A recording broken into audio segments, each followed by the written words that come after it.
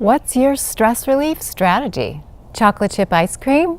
I'm McIntyre, and I teach how to use stress relief tools and tips that really work.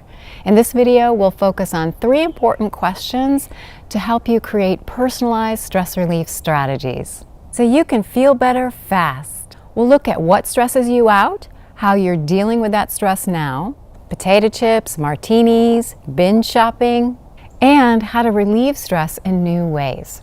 At the end of the video, we'll put it all together and get you focused right away on creating new strategies for yourself, ones that work best for you.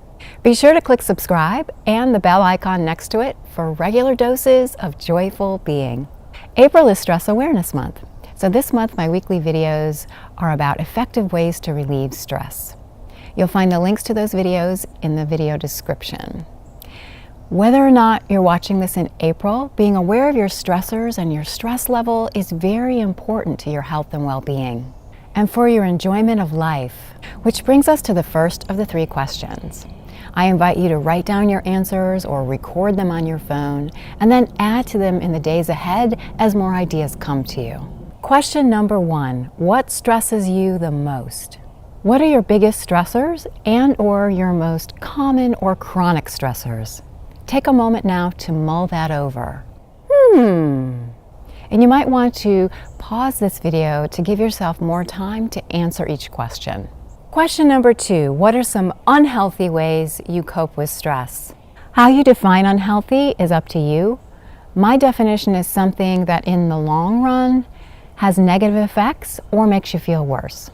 For example, if you cope with stress by eating a whole box of cookies, that can have negative effects on your energy, your weight, and how you feel about yourself.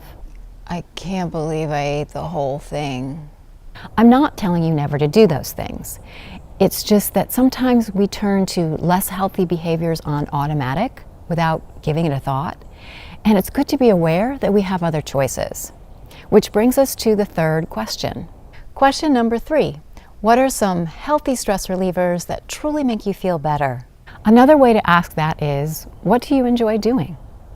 Some common examples might be gardening, reading, swimming, maybe going for a walk or playing with your pets or listening to music, etc.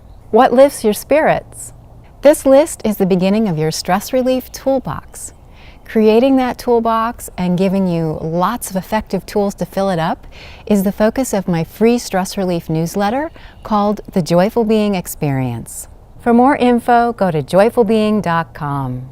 Now, if you think you don't have time for stress relief, I've got a playlist for you with 5 tools for letting go of stress in 5 minutes or less. Look for the link to that playlist right here. Let's bring it all together now.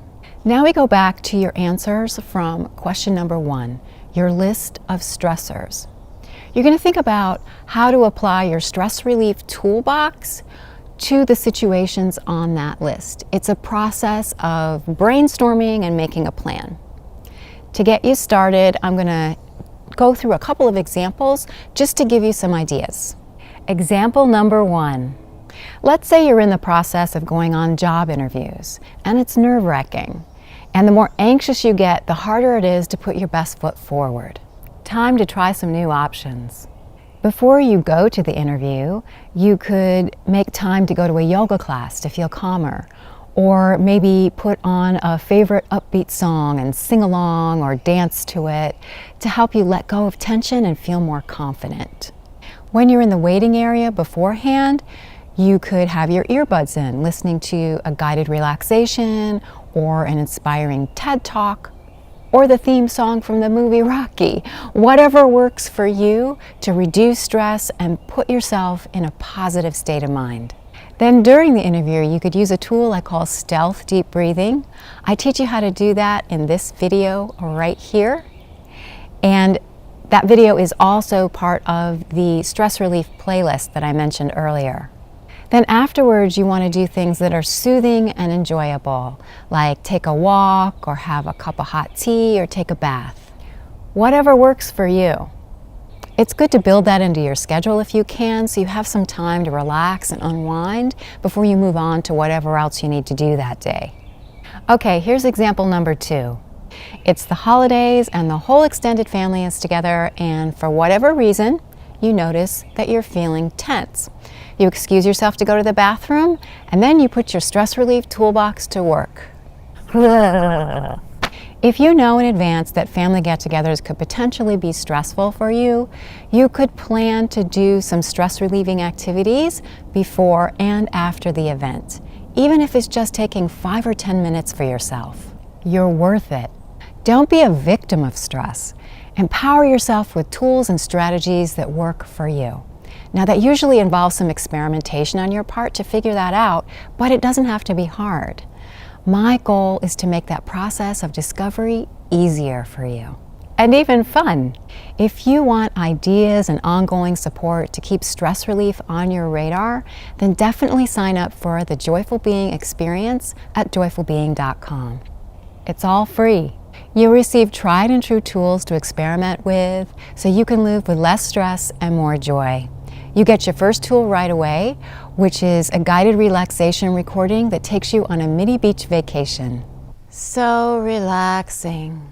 And if you haven't done so already, spend some time with those 3 questions and experiment with some new ways to relieve stress. Remember, stress relief doesn't have to take a long time, but it's so important and it can make such a big difference to your health and well-being.